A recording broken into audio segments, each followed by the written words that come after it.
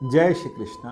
गीता का चौथा अध्याय और 24वां श्लोक। ये वो श्लोक जो मुझे पर्सनली बहुत प्यारा लगता है, बहुत प्रेम है मुझे इस श्लोक से, क्योंकि ये जीवन को एक यज्ञ बना करके बता रहा है। भगवान कह रहे हैं, ब्रह्मार्पणम ब्रह्मर्वे ब्रह्म हविर ब्रह्म गुणो ब्रह्मणाहुतम ब्रह्मैव तेन गंतव्यो ब्रह्म कर्म समाधिना।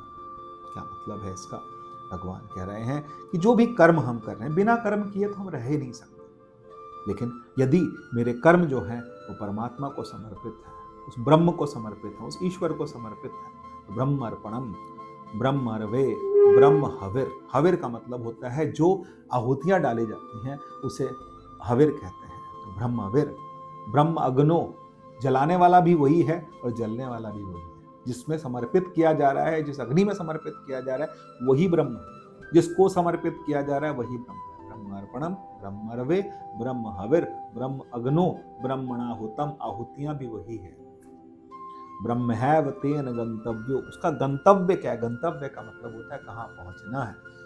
ब्रह्मैव ब्रह्म, हमारा भी गंतव्य स्थान कौन है? परमात्मा है। यदि हमें ये बात समझ आ जाए तो हम अपने गंतव्य स्थान की ओर पहुंच जाएं। वो गंतव्य कौन है? गंतव्य का मतलब डेस्टिनेशन कौन है? तो डेस्टिनेशन वही परमात्मा है। ब्रह्मैव तेन गंतव्यो ब्रह्म कर्म समाधिना। जितने कर्म हैं हम परमात्मा को समर्पित करते हैं। तभी तो कहा जाता है, आरती में बहुत सुंदर गाते हैं लोग, पर मानते नहीं।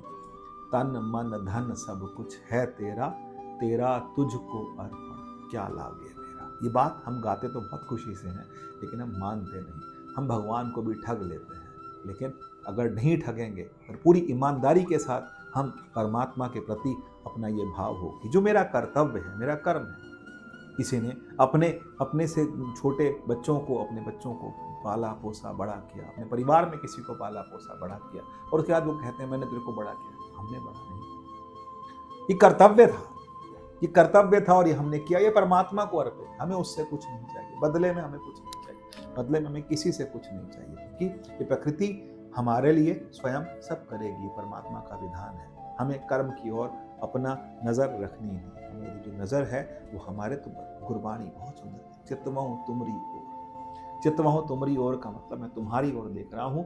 अब जो मेरे जीवन का फैसला है तुम करो, तुम्हारे हाथ। यहाँ पर हमको यही जीवन में रहना चाहिए कि जो भी हमारे कर्तव्य हैं, चाहे परिवार के प्रति, चाहे समाज के प्रति, किसी के प्रति, उसके बदले में हमें मंत्री का पद नहीं चाहिए, हमें पार्षद का पद नहीं चाहिए, हमें किसी बड़े मंत्री का, मुख्यमंत्री का पद नहीं चाहिए, हमें कुछ नहीं चाहिए। हमें सिर्फ परमात्मा, हम परमात्मा से यदि परमात्मा को मांग रहे हैं तो फिर हमारा जीवन जो है वो समझ जाए।